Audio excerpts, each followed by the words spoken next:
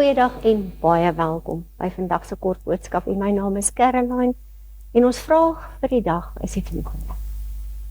Aangesien God Lucifer geskep het, is hy nie regtig verantwoordelik vir al die sonde nie? Kom ons lees in Jesaja 28 vers 15. Jy was volkome in jou weë van die dag af dat jy geskape is, totdat daar ongeregtigheid in jou gevind is. Ons antwoord is dis, glad nie. God het Lucifer 'n volmaakte en 'n sondelose engel geskep. Lucifer het 'n duiwel van homself. Hy het vryheid gekies en dit was sy hoeksteen beginsel om van God se regering af weg. Omdat God dus goed geweet het wat Lucifer sou doen, het hy hom steeds geskep. Dieselfde feite geld vir die skepping van Adam en Eva. En natuurlik nader aan die huis is hierdie feite op jou en op my van toepassing. God weet voordat ons gebore word, hoe ons gaan lewe, maar tog laat hy ons toe om ons lewe te kies, of sy regering die van Satan gaan onderskei.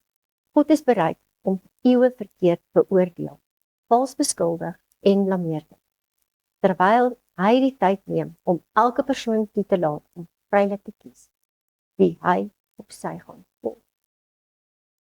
Slegs 'n liefdevolle God sou die risiko loop om volle vryheid vir almal te gee. Hierdie heerlike deurslaggewende gawe van vryheid kan slegs uit 'n regverdige, oop en 'n liefdevolle wees. Dit is eer en vreugde om so Here en te dien. Die vrye keuse om die Here te volg lei tot groter vryheid. Staan dan vas in die vryheid waarmee Christus ons vrygemaak het en moenie weer met 'n juk van slawerny verstrik word nie. Dit is God se begeerte om ons vry te maak sodat ons nie meer slawe van sonde is.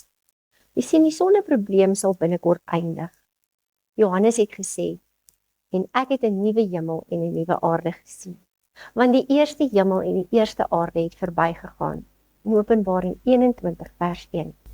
Alles in die begin was baie goed. Genesis 1 vers 31. Nou lê die hele wêreld onder die mag van die bose.